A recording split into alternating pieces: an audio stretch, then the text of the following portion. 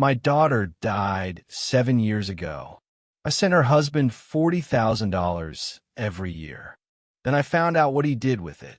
I'm 61, male, a retired civil engineer who spent 35 years building bridges and didn't see the one collapsing right in front of me. I'm the kind of man who keeps receipts, maintains spreadsheets, and believes that if you make a promise, you honor it until the ground beneath it changes. I made a promise to my daughter before she died. I kept it for 7 years. What I found out in year 8 is the reason I'm writing this. My daughter was 31 when she passed. Ovarian cancer, diagnosed late, moved fast. 14 months from diagnosis to the day, I stood at a cemetery in November holding my wife's hand while the wind came off the hills like it had somewhere better to be. 14 months is not enough time to accept anything. It's only enough time to watch. She'd been married for 4 years when she got sick. Her husband, I'll just call him my son-in-law, was 34 at the time. They'd met through work, married young by today's standards, built a life in a mid-size house 40 minutes from us. No children, thankfully, in the way that only becomes thankful in retrospect. He was present during her illness, drove her to treatments, sat in the hospital chairs, held it together in the specific way that makes people call a man devoted. At her funeral, he wept openly. People respected that. 3 months after she passed, I sat down with my wife and my attorney and made a decision rooted in something my daughter had said to me near the end. She'd pulled me close one afternoon, just the two of us, and she said, "Dad, don't let him fall apart. He doesn't have anyone the way I have you." She was worried about him. Even then, even at the end, she was managing other people's futures. So I set up a structured annual payment. $40,000 a year, transferred every January for as long as he needed to stabilize, get through grief, reestablish financially, find his footing. My daughter had been the household's primary earner. Without her income, his situation was genuinely difficult. I documented everything through my attorney. It wasn't a loan. It was a gift, legal, taxed correctly, transferred cleanly. A promise to my daughter, kept in the only language I had left. Year 1, I didn't ask questions. Grief doesn't run on a schedule. Year 2, he called to thank me personally, voice thick, talked about how much he missed her, how the house still felt wrong without her. I believed every word. Year 3, he mentioned he'd taken a new job, was getting back on his feet. I was glad. Continued the payment. Year 4, he came to Thanksgiving, sat at our table, talked about her, laughed at the right memories. My wife cried a little. He put his hand over hers. I topped off his glass and felt like I was honoring something real. Year 5, he didn't come to Thanksgiving. Said he had a work conflict. I sent the payment in January like clockwork. Year 6, he stopped calling proactively. I reached out. He was friendly, warm enough, but there was a new texture to the conversations, slightly managed, slightly brief. I told myself grief changes shape. People find their way back to living. That's healthy. Year 7, January payment sent. March, I tried to call. Voicemail. He called back 4 days later, apologized for being busy. Something in the quality of the excuse, the smoothness of it, sat wrong in a place I didn't examine immediately. Year 8, January, I transferred the $40,000 as scheduled. February, I got a call from my daughter's closest friend, the one who'd been her college roommate, her maid of honor, the woman who'd held her hand through chemo when I couldn't be there. She said, "I need to tell you something. I've been trying to figure out how for 6 months." I sat down. "He got remarried," she said, quietly, "a year and a half ago." The room didn't spin. I didn't react the way people describe these moments. I just sat very still and said, Tell me everything. She told me carefully, the way someone does when they've been rehearsing it.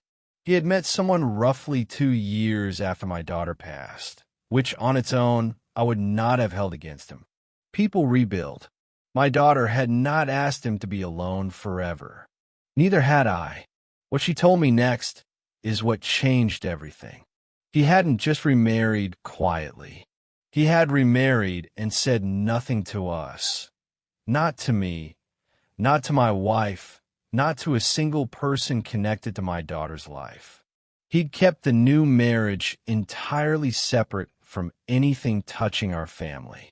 His new wife had a different social circle, a different city, and no apparent knowledge that he received $40,000 a year from his deceased first wife's father. That last part landed like something structural giving way. My daughter's friend had found out through a colleague who knew someone in his new social orbit. She'd sat on it for 6 months, trying to decide if it was her place to say something. Finally, she decided it was. I thanked her. I told her she'd done the right thing. I hung up and sat in my kitchen for a long time. Then I started making calls. My attorney first. I walked him through what I'd just learned and asked a precise question. What is the legal status of a voluntary gift made annually to an individual who has materially changed his circumstances without disclosure? The answer was careful. The payments were gifts, legally clean, no contractual obligation attached. I had not drawn up a formal agreement requiring him to disclose life changes, because the arrangement had been built on trust and grief, not suspicion. There was no legal mechanism to recover the money already sent. However, and this was the part that sharpened my attention, my attorney noted that if I had any reason to believe he had made active misrepresentations to sustain the payments, that opened a different conversation entirely. I asked what kind of misrepresentations would matter. If he told you things that weren't true, in the context of conversations where the payments were discussed, that could constitute fraud.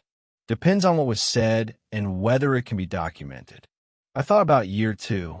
His voice, thick with grief. The things he'd said about missing her, about the house feeling wrong.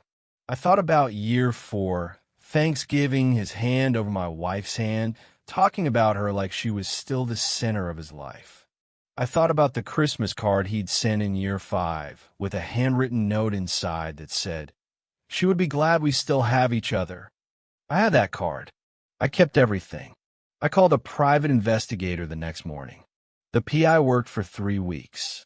What he returned with was a complete picture. My son-in-law had remarried 18 months prior in a small ceremony out of state. His new wife had 2 children from a previous relationship. They lived in a house, a significantly upgraded house from the one he and my daughter had shared, that he had purchased 14 months ago. The purchase price was listed in public records. The down payment, according to the PI's financial research from publicly available sources and some careful inference, was consistent in size with approximately 1 year's worth of the payments I had been sending. He had used my daughter's memory as a financial instrument. For 7 years, he had accepted $40,000 annually, kept our family close enough to sustain the payments, and built a separate life with the money, a life that included a new wife, a new home, and apparently no intention of ever telling me any of it. The Christmas card. She would be glad we still have each other. I gave the complete file to my attorney and told him I wanted to understand every option available to me. While I waited, I did something else. I called my son-in-law and suggested we have dinner. Just the 2 of us. Said I've been thinking about her a lot lately and wanted to connect. He agreed warmly. Picked a date 2 weeks out. I spent those 2 weeks getting ready to... I want to explain what I built in those 2 weeks because it matters. My attorney had identified a viable path. In our state, civil fraud requires proving that a misrepresentation was made knowingly, that it was intended to induce action, and that the action resulted in damages. The Christmas card alone wasn't enough. But the Christmas card plus documented phone conversations, several of which I had noted in a personal log I kept, dated, with summaries, plus the pattern of behavior specifically maintained to sustain payments, plus the timing of the home purchase relative to payment deposits, build a picture that my attorney described as worth pursuing. He drafted a civil demand letter. Not filed yet. Held ready. I also contacted a forensic accountant my firm had used on a project dispute years ago. I gave him the payment records and the publicly available information on the home purchase and asked for a documented financial timeline. He produced a clean report, professional, sourced, time-stamped. And I did one more thing. I found out, through my daughter's friend, the name of the church where my son-in-law and his new wife attended services. I confirmed through public records that the marriage license had been filed in the county I suspected. All of this was legal, all of this was documented, and all of it went into a folder that I brought to dinner. He was already seated when I arrived. Stood up, shook my hand, the full warmth of a man who believed he was having a routine dinner with a grieving father he'd successfully managed for 7 years. He looked well, better than well, actually relaxed, filled out, the specific ease of a man whose life is going according to plan. We ordered. We talked. He asked about my wife, about my health, about how I was holding up. He said her name with practiced tenderness. I watched him do it and kept my face neutral. When the food arrived, I waited until he'd taken a few bites. Then I put the folder on the table. He looked at it, then at me. "What's this?" "Open it," I said. He opened it slowly. The first page was the PI's report, the marriage certificate information, the home purchase record, the timeline. I watched him read the first paragraph. I watched his jaw tighten. "I can explain." "Keep reading," I said. He read the financial timeline, the down payment inference, the payment deposit dates alongside the home purchase date, the Christmas card, a photocopy. The original was with my attorney. By the last page, he'd stopped pretending to eat. "How long have you known?" he said. Same question, different kitchen, different year. Seems to be what people ask when the ground moves. "Long enough," I said. "Here's what happens next." I explained it the way I'd rehearsed it. My attorney had filed a civil fraud complaint that morning. I'd given him the go-ahead before I drove to the restaurant. The complaint sought recovery of the payments made following the date he could be documented as having established his new life while continuing to accept funds under false pretense. That was 5 payments, $200,000. His face went through several phases. "You can't prove intent," he said. His voice had changed completely. The warmth was gone, and what was underneath it was something I hadn't seen before. Harder. Calculated. "My attorney disagrees," I said. "So does the forensic accountant. But you're welcome to make that argument." This is insane. These were gifts. They were gifts given in the context of a relationship you deliberately maintained under false pretenses while building a separate life with the proceeds. I said, "The Christmas card is particularly useful. Your handwriting, your sentiment, dated and postmarked. She would be glad we still have each other. You wrote that 14 months after you'd met your current wife." He said nothing.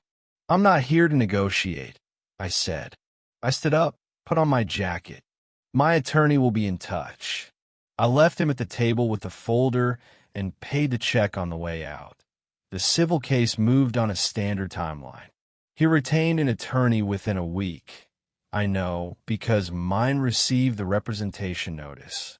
His attorney's first move was predictable. The payments were voluntary gifts with no contractual conditions and without a formal agreement specifying disclosure requirements. There was no legal basis for recovery. My attorney had anticipated this.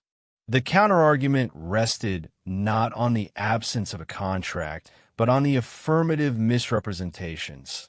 The documented phone calls, the Thanksgiving visit in year 4, the Christmas card, the pattern of sustained contact specifically maintained in the context of the payment relationship. The argument wasn't that he'd violated a contract. It was that he'd run a 7-year deception that induced continued payment. His attorney then tried a different angle. He sent a letter suggesting that my son-in-law's grief had been genuine and complex, and that his decision to rebuild his life privately was a reasonable response to trauma that shouldn't be criminalized by a grieving parent unable to accept his daughter's husband moving on.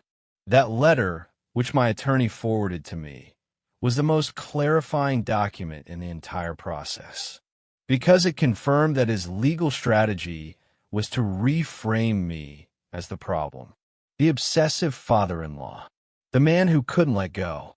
The payments in this version were my dysfunction, and he was the one who'd been burdened by them. I gave that letter to my daughter's friend. I gave it to my daughter's 2 cousins who had attended her funeral and sat with him afterward. I gave it carefully and legally to the people who had known my daughter and had also, in their own ways, maintained a relationship with him in her memory. I didn't ask them to do anything. I just made sure they had the information. Within 2 weeks, he began receiving calls from people in his life. Not mine, his, who had learned what was in that letter. His new wife's family, for what I was told, had questions. The new community he'd built his second life inside became aware that the first life had involved a significant financial relationship he'd never disclosed to anyone. His attorney contacted mine to discuss settlement. The negotiation took 6 weeks. I wasn't interested in a payment plan or a partial recovery dressed up as closure. My attorney pushed for a structured settlement. Full recovery of the 5 contested payments, $200,000, paid over 36 months with interest plus a signed acknowledgement of the misrepresentation. Not a court judgment, a settlement agreement, which meant he signed a document that described what he'd done in plain language. He signed it. The first payment arrived on a Thursday. I sat with my wife that evening and told her everything. The full 8 months of it, which I carried alone to protect her while it was still uncertain. She listened without interrupting, which is the particular grace she's always had. When I finished, she was quiet for a moment. Then she said, "She would have handled this the same way you did. I don't have a clean ending to offer. My daughter is still gone. $200,000 doesn't change the shape of that. What it changes is the record, the documented, signed, legal record that what he did had a name and a consequence."